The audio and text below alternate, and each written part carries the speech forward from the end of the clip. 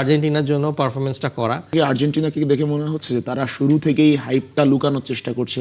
যেমন আমি যদি বলি স্কোয়াড ঘোষণা একদম মাঝরাতে করে দিল, কোনো হাইপ ছাড়া, কোনো আলোচনা ছাড়া। কবে করবে কেউ জানতো না।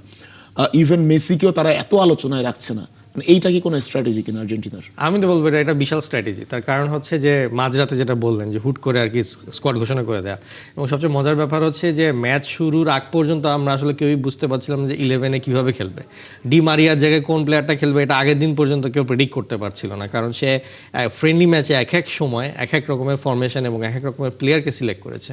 সো যেটা কিনা এক ধরনের কনফিউশন ছিল পুরো ফ্যানদের মাঝখানে। তো এই কারণে অনেক সময় আছে যে ওই যে অ্যানালাইসিসগুলো হয় বা বিভিন্ন পাণ্ডিতরা যে আলোচনাগুলো করে, তো এইটার মধ্যে দিয়ে এক্সট্রা প্রেশার বা এক্সট্রা কমেন্টগুলো আসলে আর্জেন্টিনার জন্য আসেনি। সো আমি বলবো যে ওই পয়েন্ট অফ ভিউ থেকে এক ধরনের ইজি হয়েছে আর্জেন্টিনার জন্য পারফরমেন্সটা করা।